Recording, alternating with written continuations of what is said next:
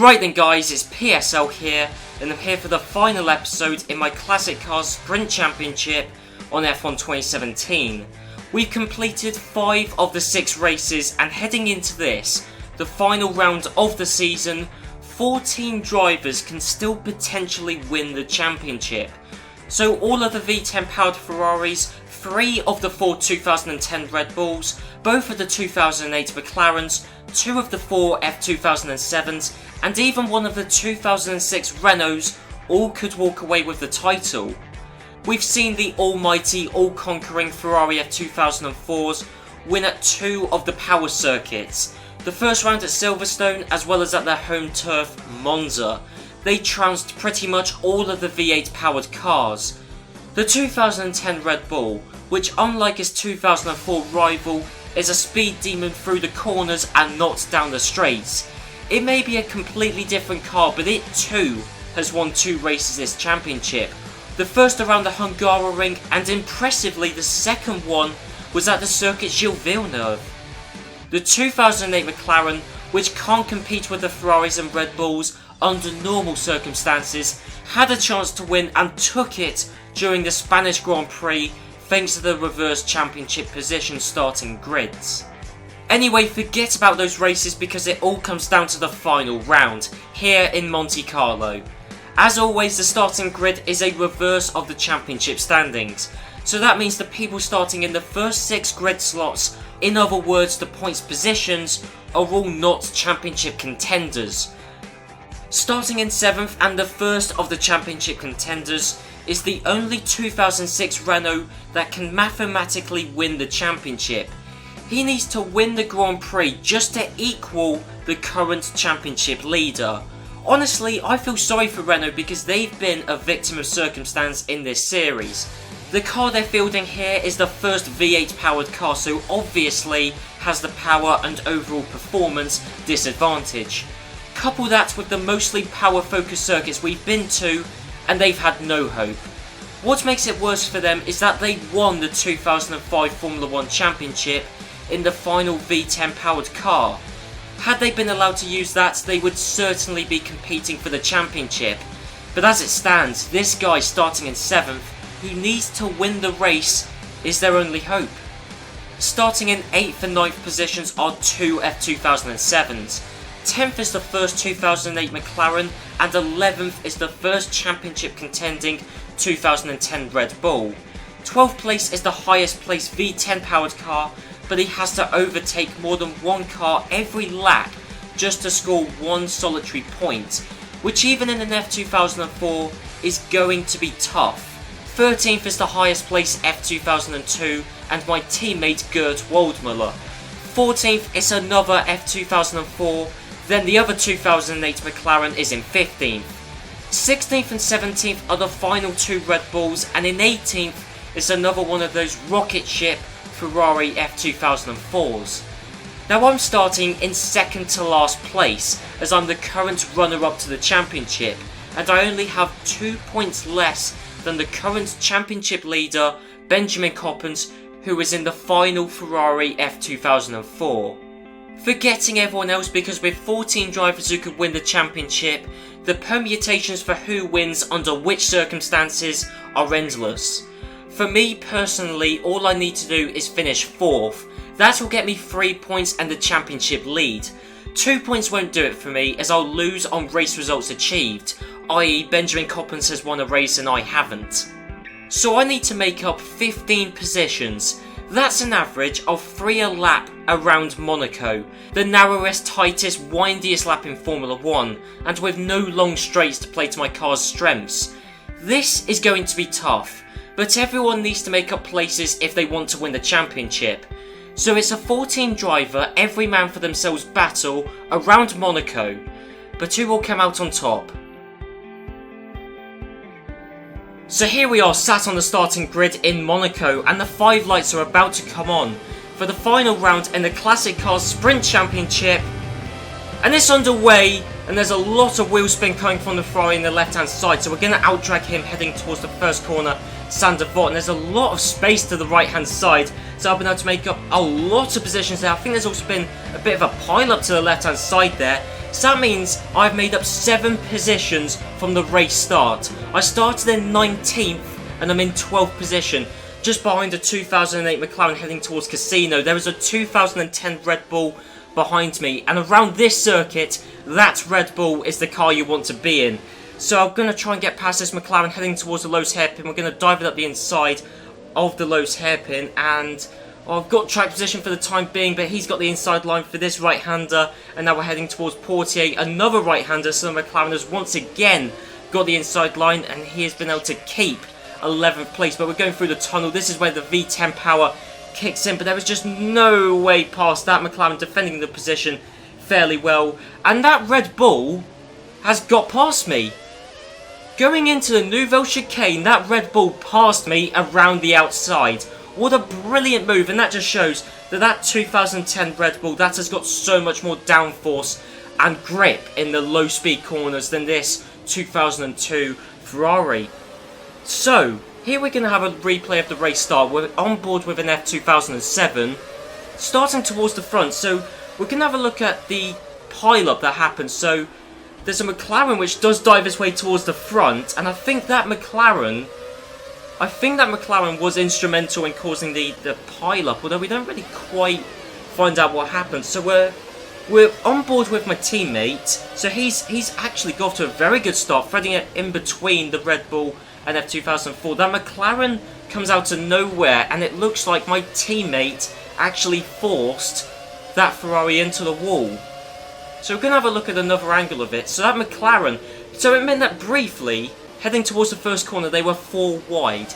This is the Ferrari that got caught up with it. So to his right hand side, my teammate is just going to emerge. That McLaren, unsighted from this angle, dives up the inside. They were trying to go 4 wide into the first corner, and that just doesn't work. You can't really go 3 wide into Sander Vort. 4 wide, which they were briefly, does not work, and he is now in last place. 5-lap race around Monaco. It was going to be tough to make up positions. If you're down in stone dead last, it's game over. So I think this is the very McLaren. Brilliant start, and then just found some space.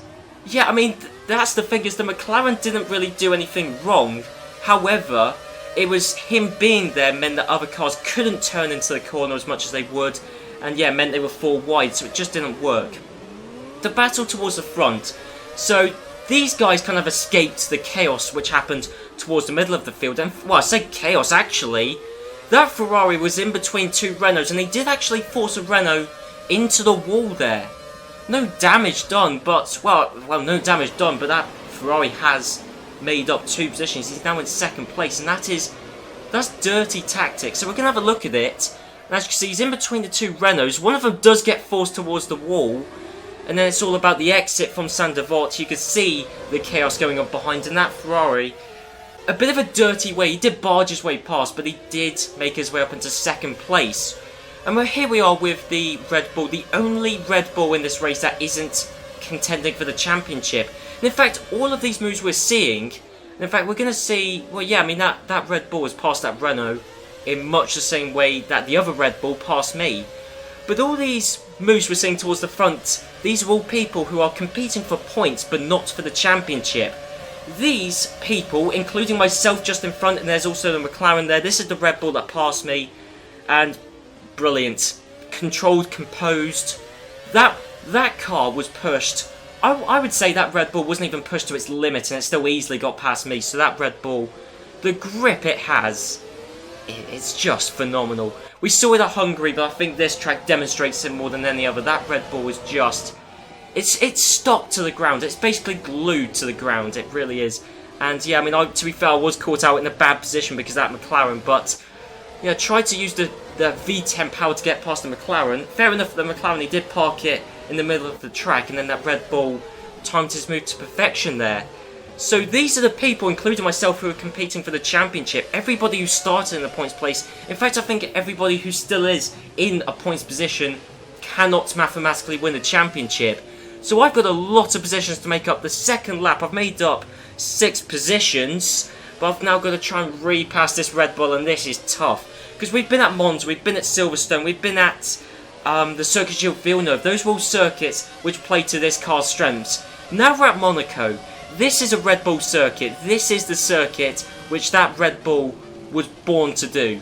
And unfortunately, it's, yeah, this Ferrari wasn't. The Ferrari I'm driving was more designed for Monza, where it wasn't really, but you know, the traits of the V10 powered Ferrari do lend itself more to Monza than it does to Monaco. But anyway, battle towards the front. It's not just me who's struggling to get past people. That F2007, which like me, the only overtakes he's made were the ones made heading into the first corner.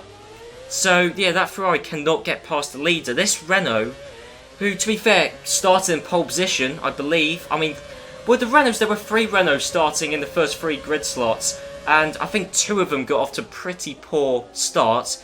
Yeah, I mean, this Renault, not especially quick. It's grippy, it's easy to drive. It even locked up heading into the Nouvelle Chicane, but it's still able to easily keep the race lead. So there you go. I mean, you can see in the background there's another Renault in 3rd, and there's a Red Bull all over the back of him in 4th place. Those Red Bulls are much quicker than everyone else. I mean, at some of the circuits, it's been the V10 cars have been much quicker than all of the others. At this circuit, what it really is the Red Bulls are the quickest, and everyone else is broadly the same. You know, even the F2004 isn't really that much quicker than the 2008 McLaren or the 2007 Ferrari. It's not that much quicker around the circuit. That Red Bull, which I'm still trying to get past heading into the Lowe's hairpin, that Red Bull left me tons of room. It even clipped the wall itself. That's how generous he was. Even then, I still couldn't get past. This is tough. Heading into Rascasse, and I'm rapidly running out of time. We're about to end the 3rd lap. I need to finish 4th. I'm still stuck in 13th place. The highest I've ever been this Grand Prix is 12th. And we're heading down the start-finish straight. Even the V10 power just isn't quite enough. Under braking though, I was able to get past that Red Bull there. And slightly aggressive move there. I think the Red Bull did actually clip the wall. But the V10 power, here's the problem actually, is the V10 engine is kind of neutralised because I'm running 11 wings. I'm running maximum downforce, so actually the straight line speed advantage I have compared to the AI is actually much less than it has been at other circuits. Trying to get past the McLaren, but yeah, we saw this on the first lap. He's got the inside line into that corner, then into Portier. So once again, I'm just stuck up behind the McLaren once again in 12th place. We've got to watch out for that Red Bull behind. Hope he doesn't make the same move heading towards the Nouvelle Chicane. So yeah, here we're going to have a replay of the only overtake I've made post the first corner. So it was on that Red Bull, and I wasn't really catching up down the straights. I wasn't losing ground, certainly. That was a move made entirely on the brakes. It was actually quite refreshing to not just breeze past someone, but to actually have to outbrake them. So I got past that Red Bull, and on board from him, you can see in the wing mirrors, you can hardly see me. I'm quite a way back, maybe slightly catching him by this point, but it was very much done on the brakes. Fair to him, he did leave enough space, left me tons of room to get past, did clip the wall, just like I thought, and yeah, that Red Bull... I mean, it's difficult to get excited when we're competing with 12th place. I think that's why we're being... Well, certainly he's being so courteous letting me pass, because we're both contending for the championship. There's 14 drivers simultaneously contending for the championship, but none of us are in the points. Not a single one of us. So at the moment, I can't win the championship, neither can Tim Roth behind me, Alan Forrest ahead. None of us can win the championship in the position we're in. And we're on the final lap of the Grand Prix, and no one can get past anyone. Not unless you're in a Red Bull. If you're in a Red Bull, you might have a chance of overtaking someone. But no, on the brakes, heading towards Mirabeau, and actually now I've got the outside line heading towards the Lowe's hairpin. This could be interesting. How's this going to work? Well, clumsy, but certainly I wasn't able to make the position there. So still in 12th place, and it's just a logjam. You know, I mean, sure, having the final race of the season at Monaco is iconic, but also it is a bit of an anticlimax, because inevitably, when you head into the final race in the championship, there will be some people who need to make up positions or who need to finish in a certain position. But if they qualify below that position that they need to be in, I mean, bearing in mind in this championship there isn't even qualifying, but if they qualify below that position, there is no chance you can overtake someone. Disproving me is that Red Bull. That Red Bull actually got past way before the braking zone, actually. So that Red Bull got past, to be fair, sure, a Renault, so it's running the same engine, actually, an older spec engine. It got past during the tunnel.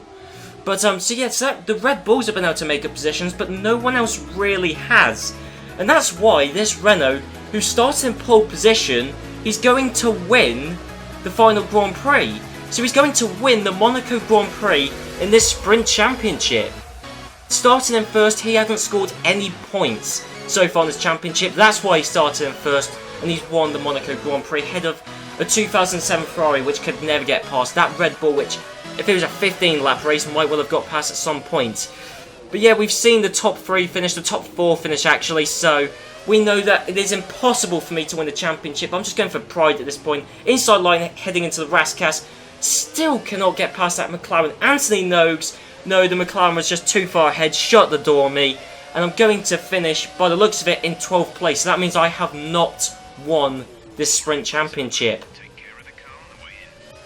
Well, actually, it looks like I finished in 11th place, not 12th. That is because the McLaren that finished directly ahead of me did actually have a penalty. Collision on the first lap. That McLaren was blamed for a collision on the first lap, but honestly, I'm not sure how you could apportion blame to any particular driver, because the first lap was just, well, you know, there were a lot of people all heading into Sandevaux at the same time. I don't know how you can apportion blame to one driver on that, but he got a 2-second time penalty.